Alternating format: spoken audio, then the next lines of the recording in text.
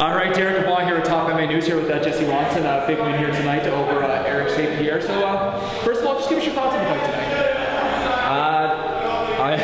Everybody back home is like, you fought this guy before, we want you to beat him the same way you did, but faster. Like, I beat him in 3 minutes 30 seconds last time, and I really wanted to come out guns blazing to shut everybody up back home. Even though my friends and family were like, all right, there, I did it, I beat him faster. But I was actually pretty worried about this fight because of what's coming up in a couple weeks for the score. Yeah. So we were over the final earlier this week that you were going to be facing Alex Ritchie. Now, when did you actually find out about the fight, and was it close when you found out that you signed the contract with here to come out here and fight? It was literally like they threw it up on the internet that they needed a guy, and my funds were running low, so I was like, yeah, I'll do it, I'll fight. And as soon as I get the contract and sign it, which was 2 days later with Elite MMA, the next day they're like, oh yeah, by the way, we're having this fight in the score August 25th. We want you to fight. I was like, okay. I'm like, I'll see if I can do both. It was like they were just jammed together, and then. So the opponent, they announced Ricci a little early, but they weren't. I don't think they were supposed to announce that, because if I lost this fight, then obviously that fight would lose all meaning, right? So, but yeah, I had no idea that the score was going to do this to me. Yeah. But no, going into this fight tonight, obviously with the other fight coming up, were you maybe probably thinking maybe trying to be a little conservative, obviously, because obviously one thing you probably didn't want to injure yourself in this fight, this whole put a setback or not do anything you can not to lose. This whole fight, like, I've been training to fight Alex Ritchie. Even though I was fighting Eric St. Pierre, I've been training to fight Alex Ritchie. No offense to Eric St. Pierre. I fought him before. I heard he took some time off. I can imagine that he would be the same guy. So I've been training to fight Alex Ritchie. In this fight, when I came out, he took me down. Normally, I try to get up right away. I've been working my submission game a lot, so I held him, and what was going on in my head was, watch for elbows, you don't need to get cut. August 20th, I was literally thinking about August 25th, and then as soon as he put me up against the cage, I was like, that's it, I'm up, I'm out. And when we got up, I was like, okay, I gotta put this guy away, I can't deal with this anymore. It was a big relief.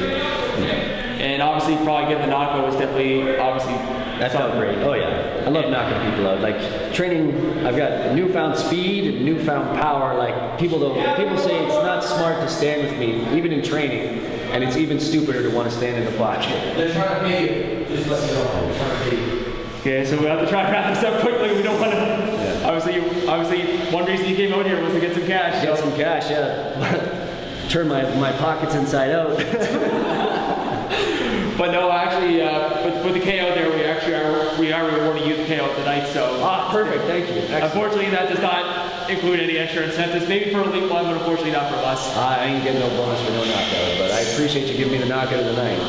But no, with Alex Ritchie, what do you think you're gonna have to do in that game plan to get over that extra hump to beat him? Because obviously this is a huge fight, and he's gonna be able to see it on national television. Yeah, to be honest with you, I fight better against better strikers. You know, the better the striker, the better I do, right? And he's an accomplished striker, so obviously when we get out there, we're not going to be all wild. He's not going to pull off right? Obviously he's got power. He knows I got power. I've been knocking people out left and right lately.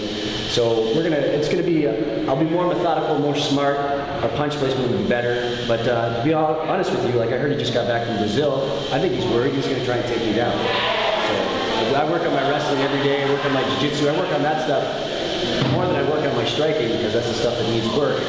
But I feel that he'll try and take me down, even if I hit him.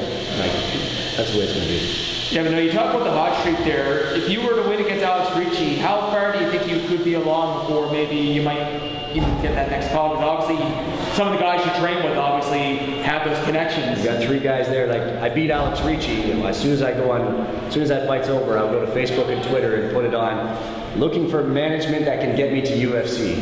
I'm gonna blast that out there, because I'll be 11-2, and I finished everybody except for Sago, who's actually here. He was super tough, and yeah, it's only a matter of time. All right, now just before we finish up, any final thoughts, any shout-outs that you want to give to anybody? I'd like to give a shout out to everybody back home in London, Ontario, everybody at ATC, Brooksy for hooking me up with the shorts, Spray and Seal. All my training partners, my coaches, Leo Laux, Gord Riddle, Brad Fowler, Kevin, Andrew, everybody that helped me, Chad DePreez, Raj Hayden, those are my boys, and Pecker for coming down, and everybody here at Top MMA News for the radio. All right, yeah, thank you very much. Like I said, it was great for you to come back on the East Coast again. Like I said, hopefully maybe this won't be the last time. Maybe we can get you out here again very soon. Maybe for a title fight. Well, I'm loving those belts. you know what? You and Adam Hamilton, that could I think Mike Williams, if you're watching right now, idea might be a nice little catch for you. Let's get it done. I thought, just as a fan, I would love to see that fight. If there's any chance to get to see you again. So Jesse, again, thank you very much, and best of luck on August 25th. All right.